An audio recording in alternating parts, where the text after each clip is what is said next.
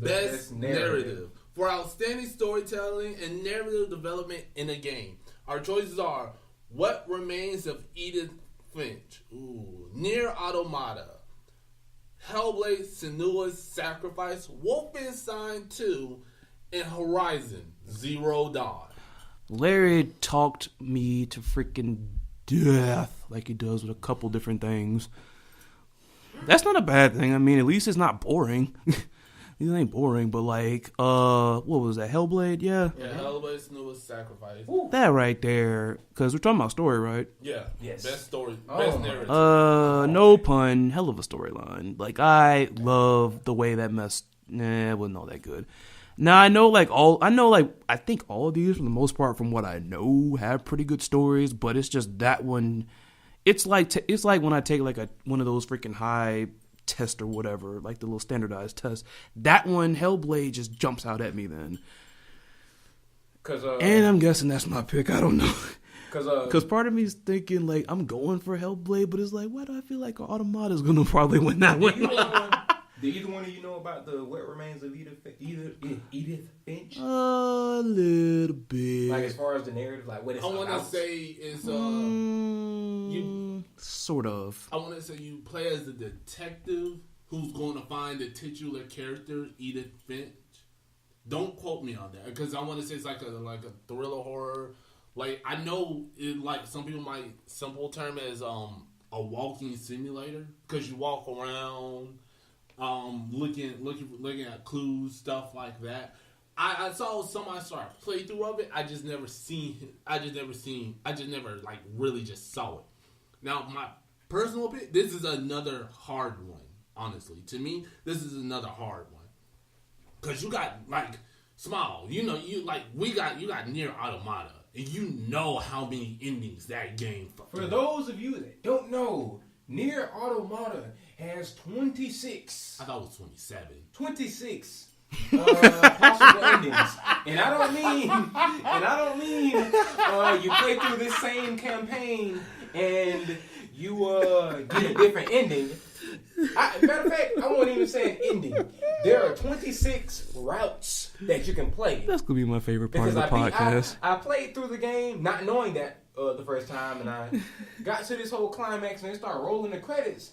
And then I was like, that's disappointing. This is a short game. Man, I'm finna take this shit back. And then after the credits roll, it was like, congratulations, you've completed Route A. That's going to be my favorite part of the podcast then. It's like, I thought it was 27. It's 26! It was 26. It was 26. I thought it was 27. It's 26! Like, legit, like, Nier Automata is that game where you just sit down and, like, you put your life into this. Because you have an ending where, like, you could remove your OS chip. You have an ending, you have, like, as per with the Nier route. Because y'all played the other one. A little bit of the first one. Just a little bit. All right, you, like, you like, there's one point in time, because you remember in, like, one of the other Niers, I want to say the one before those ones, how you could basically erase your character completely. Like, yeah, like, that's one ending in Nier, like, the true ending. They sit there like, you want to save this one little girl? All right, bet. You can do that, but you have to erase your character. All right, that's cool. I'll just erase my character. No, but we mean you have to you cannot use the same name. You like, everything that you put into it is the erase. Like, you wipe that game. Sorry. You wipe that save file, basically. You wipe.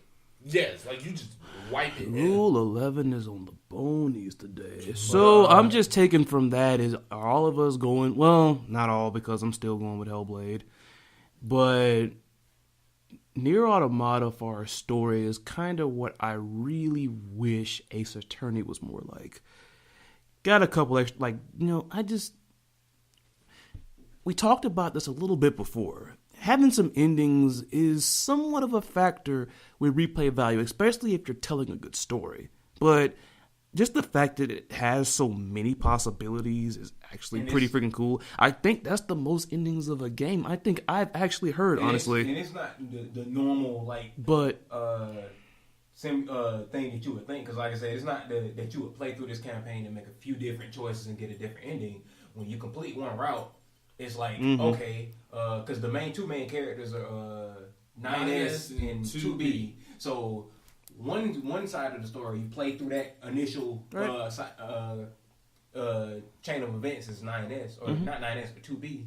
Then you beat the campaign, complete Route A, and then Route B, you play as 9S. No, I thought 9S was the chick. No, 9S is the... But I get the concept. It's like... Because like it is with some other games that have all these endings, it's like you have to play through one to get the rest of them, honestly. Yeah, because all 26 routes are a progressive story, because the first 2 routes are the same story from 2 different characters' perspectives, and then the third route is a continuation after that, and then so on and so forth. Nier Automata for y'all too, I guess? No. Actually. It was amazing, but no. I'm not gonna make my. There was just a lot to explain. Yeah, I'm not gonna make my pick until I state the case for these other 3. You can do Hellblade: Senua's Sacrifice. But for Hellblade, for a $30 game that is half the length of like a regular like AAA title game, it was fucking amazing. You actually mentioned it in another podcast. I did. I'm not saying it like, repetitive. I'm just saying like, But for those of you that don't know, Hellblade was a game made by an indie company. I want to say it's Team Ninja Theory, one of them. Ninja Theory. For those of you that don't know, they made Heavenly Sword and the newer DMC reboot. Thought that was Platinum Games. No. Huh. But Hellblade had a great story, and they had it from a unique perspective. Because with Hellblade, you play this character named Senua, and she is basically going on a soul quest to try to retrieve the soul of her long lost lover from hell, basically. Both figuratively as in the place and from the actual Norse god Hel. Now you will know pain. And through the story, you know that this character, Senua, she has this condition called psychosis, where she sees things uniquely, or sees things that may not be there, and she hears voices in her head. And through the entire campaign, in a very like intriguing and interactive way, you hear these voices like talking to you, and whether they might be just rambling and like telling you stuff like about the world, or whether they're actually giving you cues when you're in combat.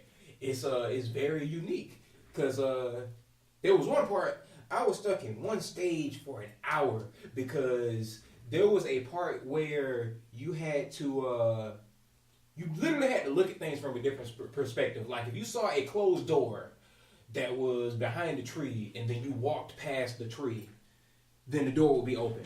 It was those type of puzzles, those visual puzzles where you had to move around, maybe look behind something to.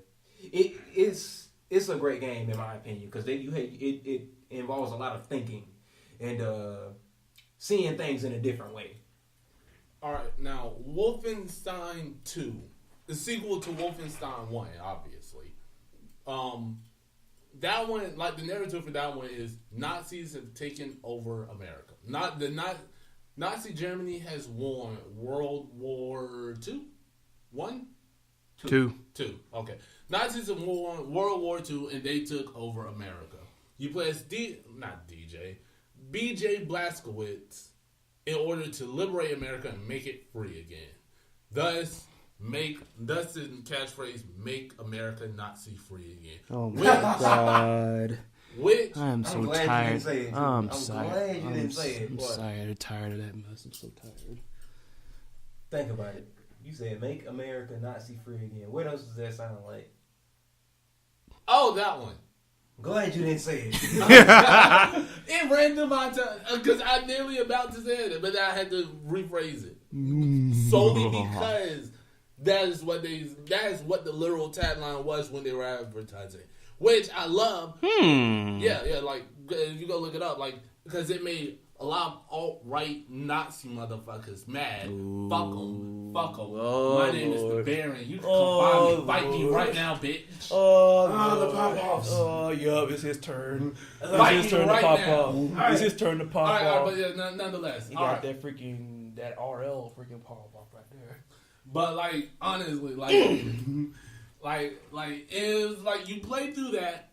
And it was a beautiful playthrough. I honestly haven't seen it because I haven't seen it because I want to play through it myself. But from what I've heard of the narrative and stuff like that, this is like basically highly political and highly gunplay motivated because you're playing through it, and it's sad to me like how this relates so well to fucking America because you see. With that being said, well, I'm sorry to cut you off there. No, but with that being said, then do you think that might, boost the possibility of it might possibly be taking it then? I mean, yeah, they're like legit. All of them have a possibility. Yeah, like no, of course, but I mean like a greater one. Like a greater one, because I mean, True. You know how sometimes, I mean, awards are, I was on the table too, so it's cool. But I know awards are like given out and determined in a variety of different ways. Some being solid, some being BS. But I like to think something that's incredibly relevant and something that's relatable, like to an extent. Like I always feel like the best stories like those are like relevant, relatable, or they're just smoothly well written, like and portrayed very well, and it floats and it's very engaging. Like Hellblade story, I say, is intensely engaging. Also, it kind of reminds me of there was a video that I think it was like it's a health organization or something, but they had like they had pretty much this man, pretty much from a first person perspective of schizophrenia. Cause like you hear voices like inside that like he's going like to get his meds and it's like time, like one voice like time for meds, like don't take them, blah blah blah, and then like talking about the freaking weatherman on TV was talking to him, talking about he's not crap, like storylines like that. See, that's what I kind of got. That's why I like Hellblades. It reminds me of stories like that take issues, in this case, like mental, psychological. By the way, psychological based stuff is a bias of mine. Psychological period, psychological horror, you name it. Because those tend to be, in some cases, if they're not incredibly emphasized, to be very, like, real stuff. And sometimes the symbols and the portrayals are actually really on point, and it's almost, like, really cool seeing how artists have their different takes on what these different little disorders and things look like. And I think the fact they made it, like, into a game was a very interesting take on it. But that's what it reminded me of. But I'm just saying back to Wolfenstein 2, and you just mentioned they're saying it's so, like, it touches, almost like it's relevant and relatable to things going on now. I mean, I think that kind of pushes it a little bit towards the top a little bit. That might have an influence. Like, honestly, what really makes the deciding factor is, honestly, it's like the people around here are voting on this. In of itself, there's a vote now button on the website. So I don't think it's really judged like that. Okay. But like fan vote, it goes by. I'm gonna assume it's go by. Hopefully, it's a clean fan vote then, not that altered stuff, Yeah, probably. But we just talked about Horizon Zero, right? Then. Yeah, but just to summarize the narrative, Cliff noted. It's basically a. Coming of age story? No. It's, the gist of the story is basically a very large chunk of time after humanity was near extinct, and it's basically reverted back to a not caveman society, but tribes and things of that nature. They went back to hunting and. There are a lot of these machine versions of animals roaming the planet. And it's very visually beautiful. But that's a Cliff Note version of the story. To find out everything else, you would have to play it yourself. Yeah. But what are your picks? As far as narrative, I would have to give it to Hellblade as well. Hellblade's my pick too. Hellblade is my pick, but who I think might win, Nier Automata for some reason. I feel like for some reason. I honestly, don't know why. I want to give it to Edith Finch because I feel like it's a very heavy story based game. Make a choice. But I'm gonna have to go with Nier Automata solely because it's like the amount of time that they put into like you telling this story. Honestly, Yeah. like I'm gonna have to go with Nier Automata. All right.